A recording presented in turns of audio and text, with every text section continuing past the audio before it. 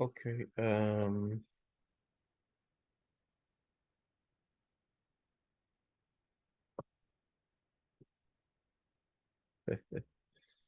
Yes.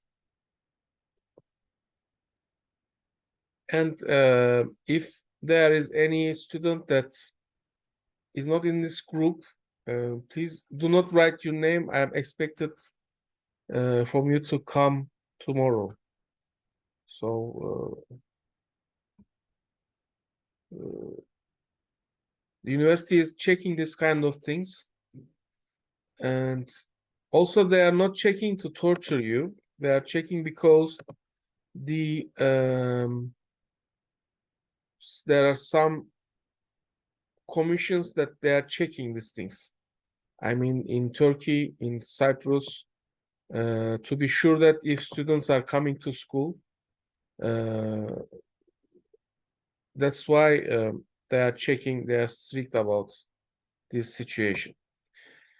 Okay, so what did I say to you? We are, this part will be given to you, but after you draw the Gantt chart, you can easily find this part. So the first thing is completion time. Look, completion time, for example, completion time of P1 is not 4 because P1 burst time is 5. So completion time of P1 is this part. So it is 17. Okay.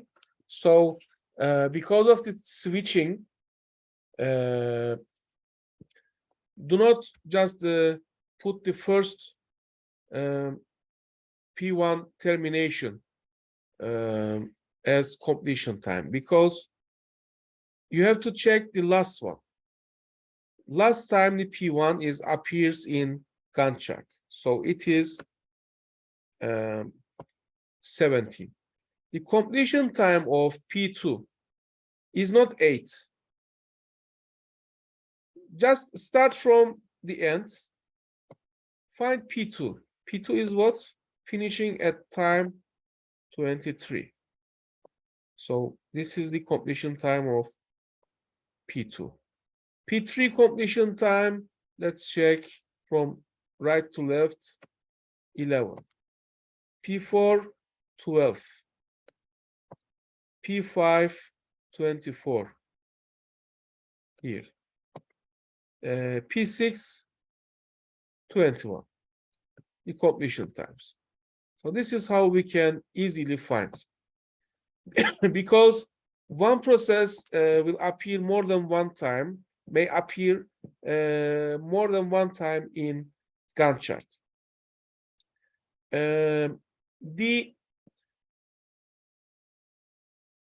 We found completion time. It is easy. What about turnaround time? Turnaround time is again the completion time minus arrival time. The others will be I mean, you can find how much time it is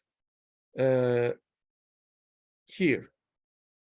So completion time is 17 minus arrival time is 0. So it is 17. Completion time is 22. Oh, sorry. 23 minus arrival time 1 is 22. So you can do it by using this formula again. Waiting time is turnaround time minus burst time. So turnaround time is 17, burst time is 5, it is 12. So you can do it same as the previous one. So all the questions after you make the Gantt chart, all the questions can be solved easily if you know this formulas. By the way, you can also, by checking the Gantt chart, you can find this thing, or by, how can I say, using your mind, you can do it, but I also giving the formulas. And the average waiting time is, you are going to add all these things and divide by the number of processes. Okay, here I explained round robin scheduling algorithm. It is a little bit complicated than the shortest job first and first come first served. That's why I'm going to show you that Indian lady's solution. So,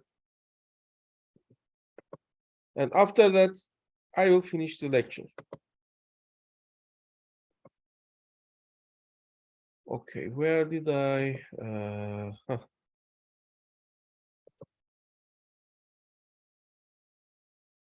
And again, I am saying, I am just picking the correct things for you. Please do not, how can I say, just, I had a student 2 years ago or something like that. I was explaining something, he was not checking the lecture notes. He was just searching the title and looking to internet, and he is studying another things. And he was getting very low marks. Then I realized that he is doing like that. Do not do it like that, because sometimes the same names are having different, how can I say, explanations. Not explanation, but for example, for first come, for shortest job first, it has a preemptive and non-preemptive version. So if you study preemptive version of shortest job first, you will do wrong in examination, because I am not going to show you the preemptive version. By the way, you don't need to know all of them. I mean, I am trying to show you the logic, how you can do preemptive, how you can do non-preemptive. We don't have enough time to teach everything related to operating system. So that's why, please ask to me if you need to study any lecture note, or if you need any other resources, please ask to me, because I am always checking this kind of resources so I can help you.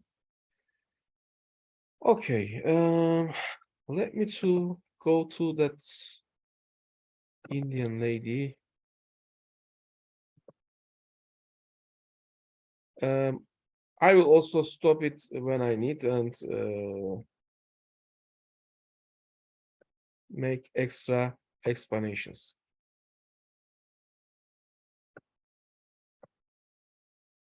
The topic is round robin scheduling algorithm. So we'll discuss first of all the theory about this, 2 or 3 points, important points, and then we'll discuss this with the help of one numerical. See, this type of scheduling algorithm is used in.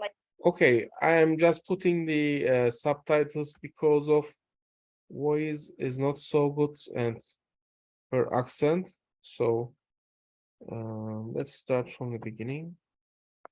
By the way, can you hear her? Let me too. The topic is round robin scheduling algorithm. So we'll discuss first of all the theory about this, 2 or 3 points, important points, and then we'll discuss this with the help of one numerical. Can you hear her? This type of scheduling algorithm is used in multitasking. Yes. Okay. Yes, we are.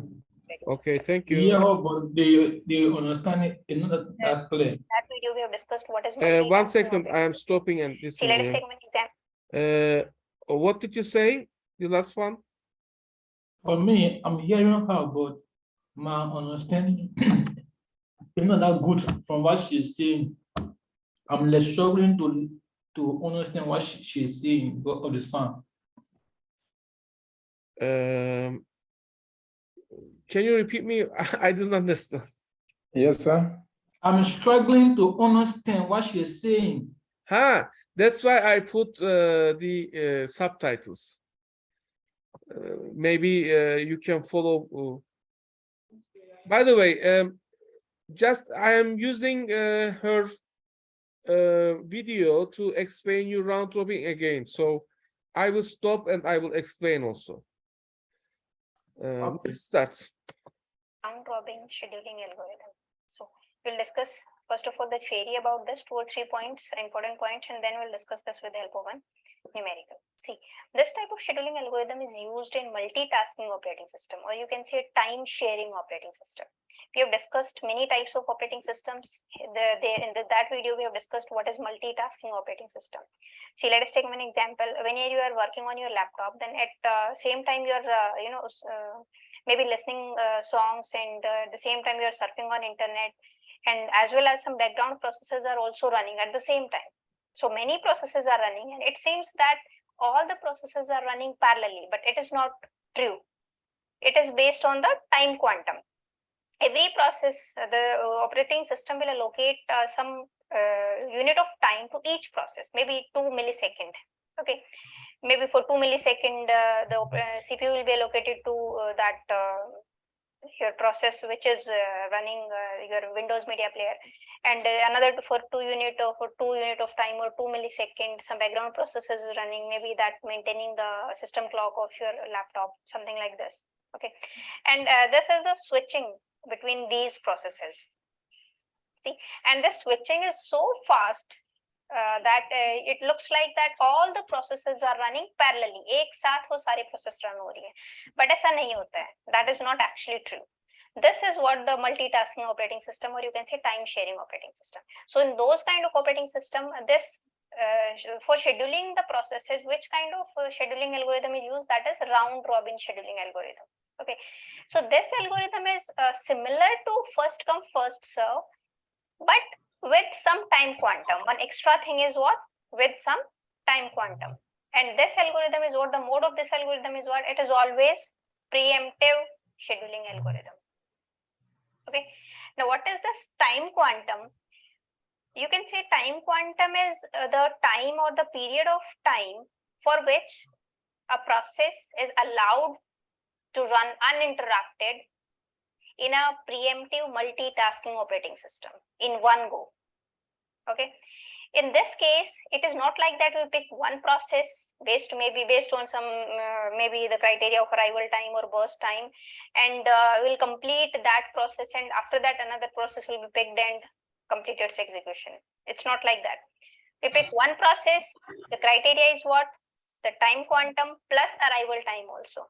Okay, arrival time plus time quantum, the criteria. Fine. We'll pick one process which has been arrived in the ready queue. The CPU will be allocated to that process. That process will continue its execution till the time quantum expires. Maybe it's 2 unit of time, 3 unit of time, 4 unit of time. Okay. For that time quantum, that process will continue its execution, and after that, if that process has been completed, then it's fine. It will go to the terminated state. But still, after the expire of the time quantum, still it needs some time to complete its execution. Then again, that process will go to the ready queue, and another process will be picked, and CPU would be allocated to that process. Okay, so this would be done in a round robin fashion, or you can say circular fashion. So in this case, we will also maintain one ready queue, and then we'll draw the Gantt chart. Fine. So main advantage of this algorithm is what? It would give you the deterministic response time to each process. Or you can say in case of the average response time, it is one of the best algorithm. Now, let us take this example. We are given 5 processes, arrival time. Okay, so far she said almost the same things that I said. So I'm not going to add anything more. Let her, I mean, all these things that she talked, said so far, you can found them in lecture notes that I will send to you. So I will continue. time of these 5 processes, and this is the burst time of these processes. We are just considering the CPU bound processes. None of the process will go for any IO device during its execution. Okay, see, now we will also maintain a ready queue. If you will maintain a ready queue also in this case. Okay, by the way, she said something. All these processes are CPU bound processes. It is actually trying to say that we are not going to consider the input output situation. I mean, we are not going to consider that one process needs some input output operation. Actually, we should consider, but it will complicate it will make our task complicated. So that's why we are not considering that. But in reality, of course, there is some input output. Some processes needs input output operation as well.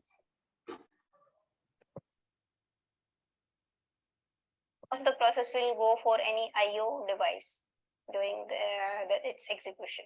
Okay, see, now we will also maintain a ready queue. If you will maintain a ready queue also in this case along with the Gantt chart, then there would be very less chance that you will get the answer wrong.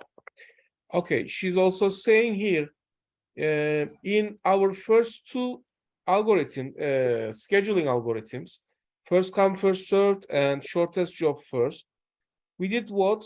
We only check for the we draw only Gantt chart, but in round robin we should also draw something like an illustration to show ready queue.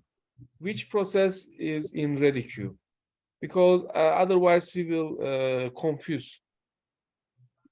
She's saying that as well. Okay, so I highly recommend you to maintain a ready queue in this case in round robin while solving the numericals on round robin scheduling. Okay, now the Gantt chart would be started. We assume that it would be started from the time 0. Along with this Gantt chart, we will maintain a ready queue also. Fine. So at first in the ready queue, see the criteria is what? Arrival time plus time quantum. It's not like check out the time quantum only and just draw the Gantt chart. You have to check the arrival time also. Now suppose in this case, the arrival time, or you can say the time quantum or time slice which is given is that is 3 unit of time. So here time quantum given is 3 unit of time. And arrival time is given this one. Now at first at 0. So it is she's saying we will check the arrival time and add it to the time quantum. So can you tell me which process will be executed first?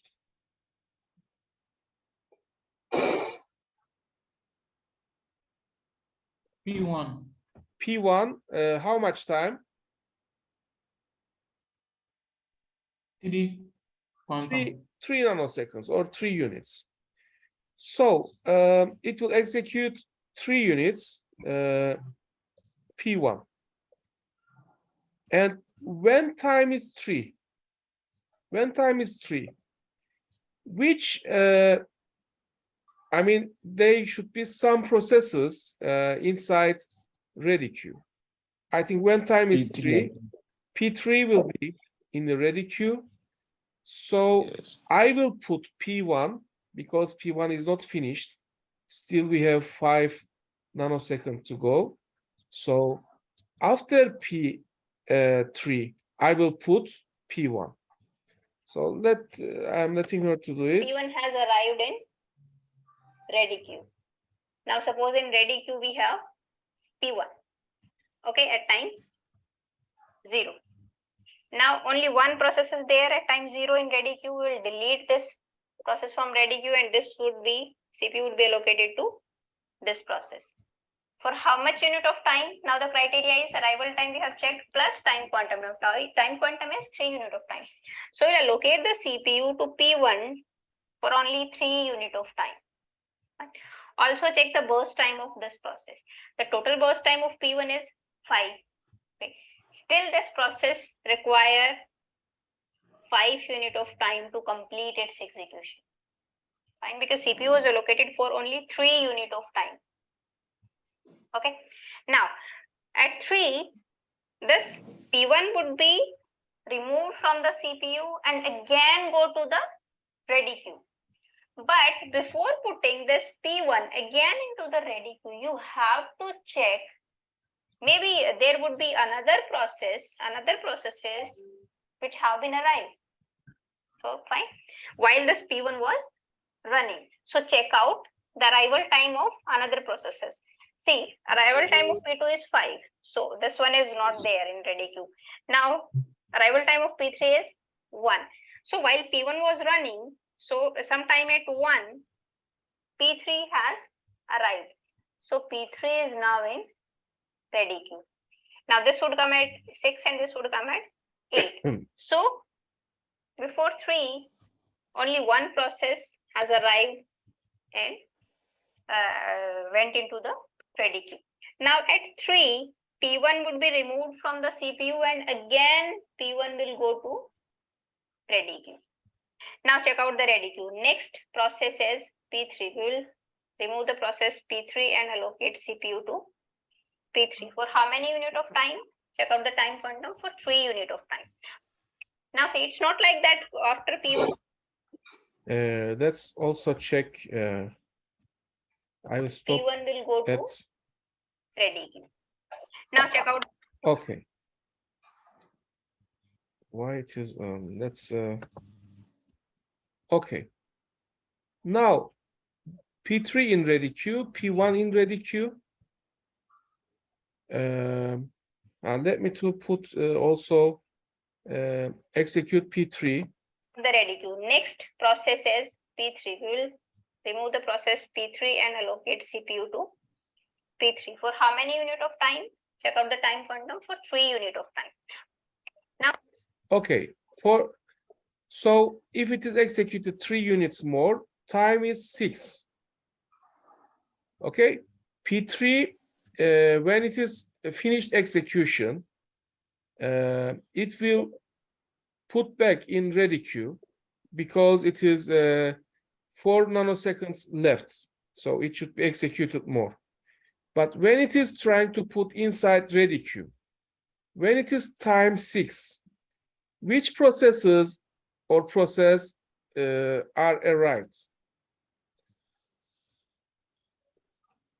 Process.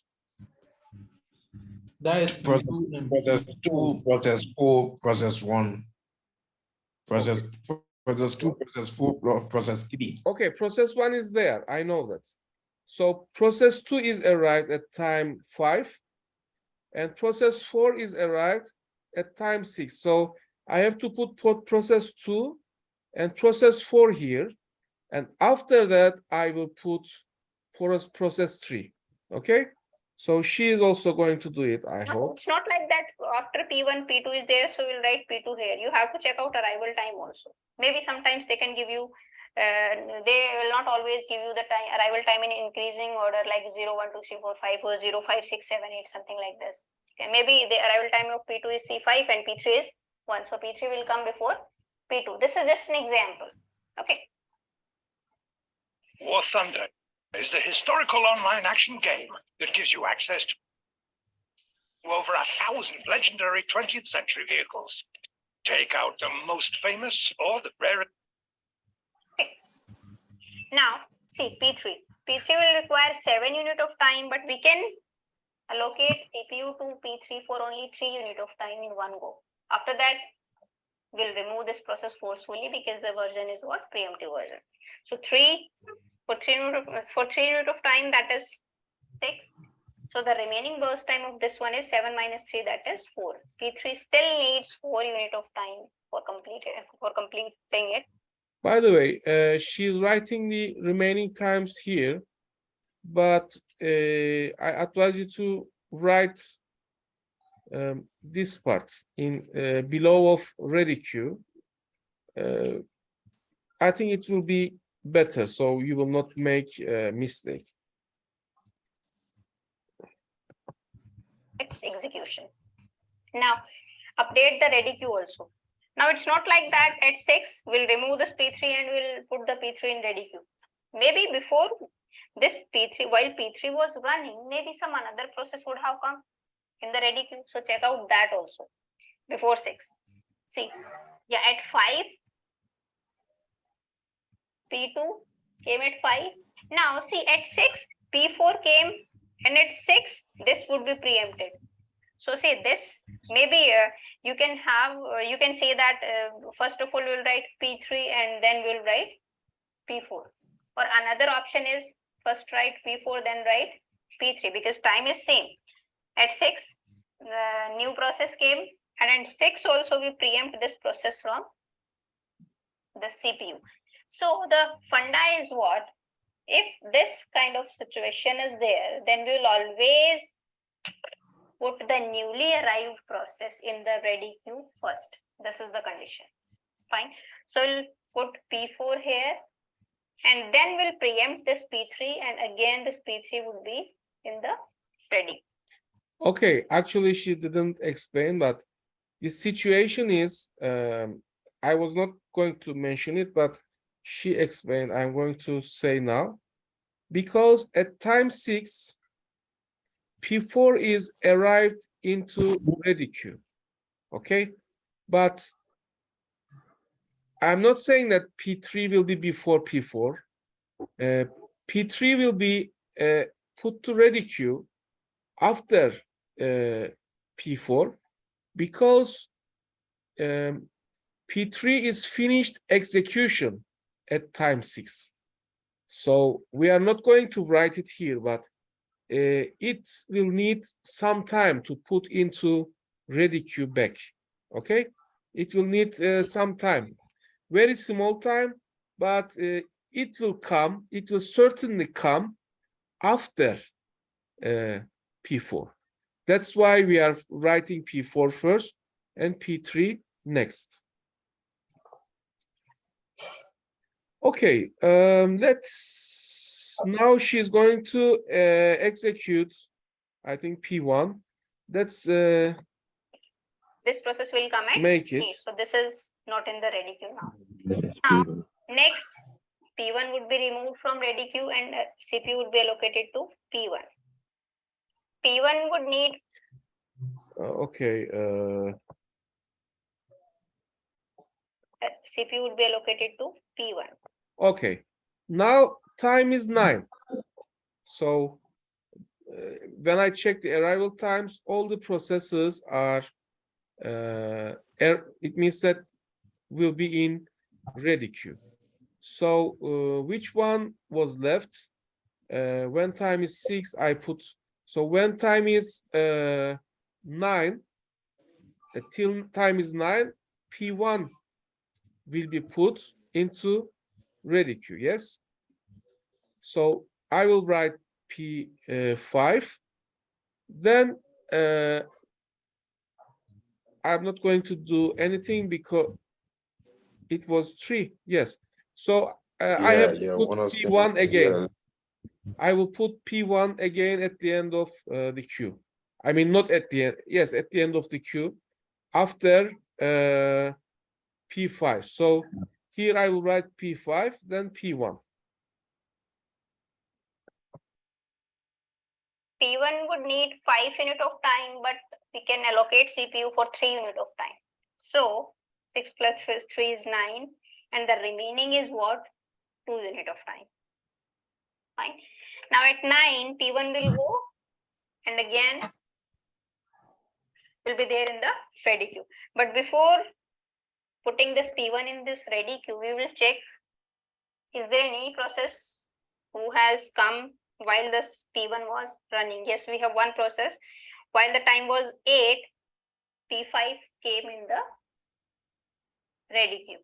And now P1 will go and P1 will be in the ready queue.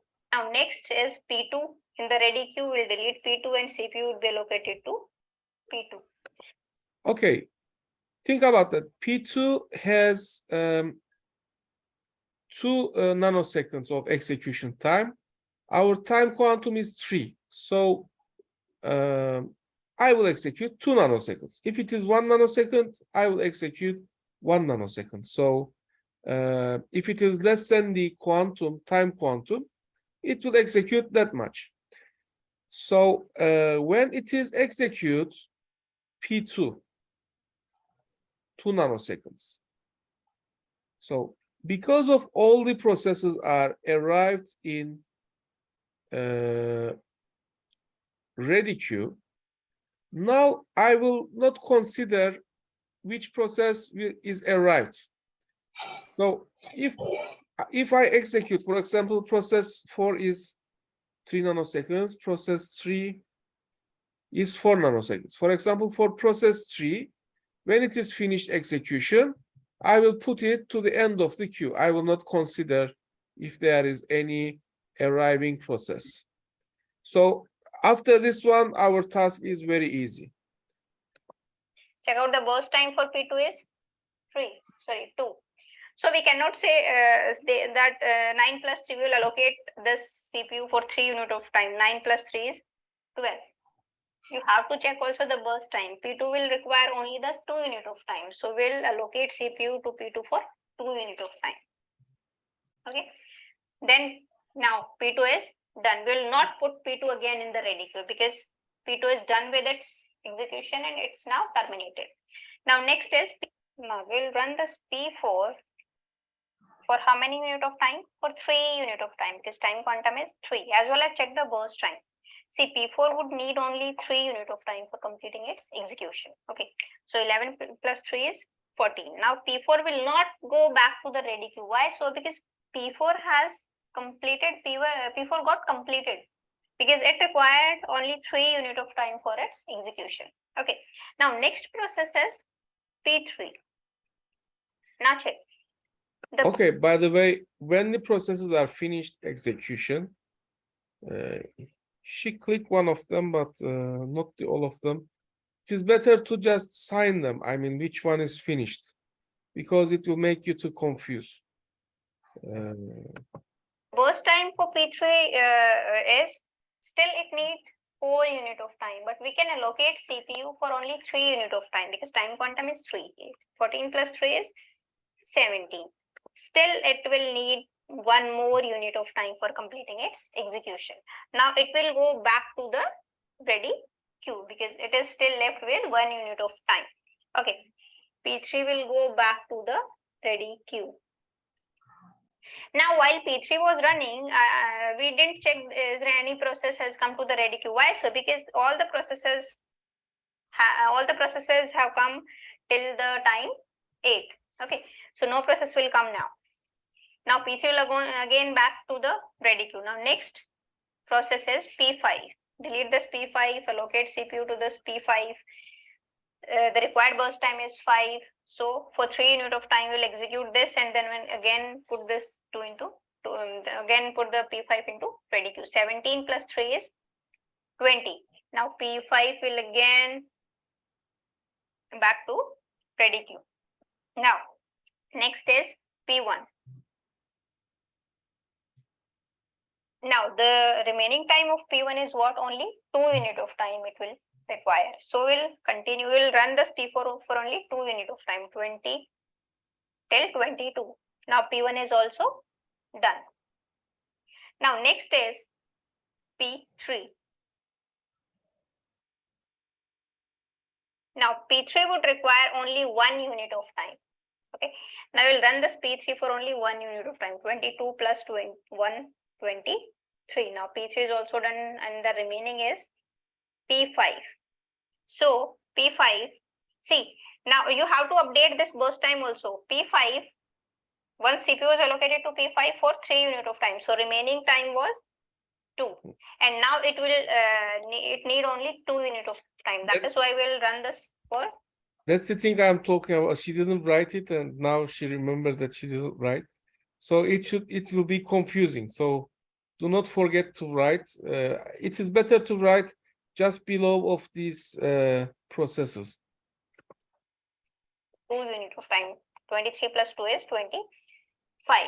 So no process is there in the ready queue. Now ready queue is empty, so it'll stop this round robin algorithm. So this is what the Gantt chart of round robin algorithm. Now you have to find out the average waiting time, turnaround time, and response time also. Now the completion time for each process is what? Okay, bless you. The main thing for me is to draw the write the Gantt chart.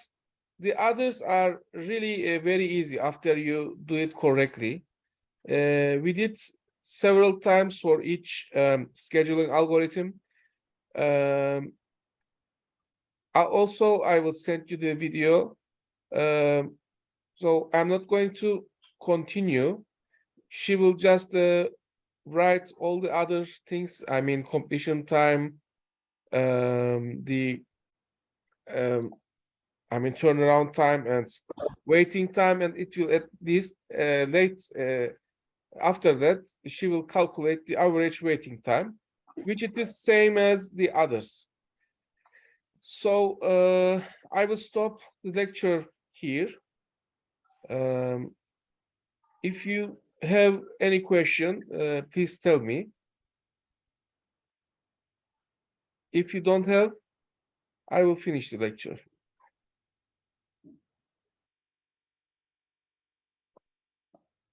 So I think there is no question. I am finishing the lecture. So if anyone wants to attend the lecture tomorrow, we can. I can see you at that lecture. If not, see you next week.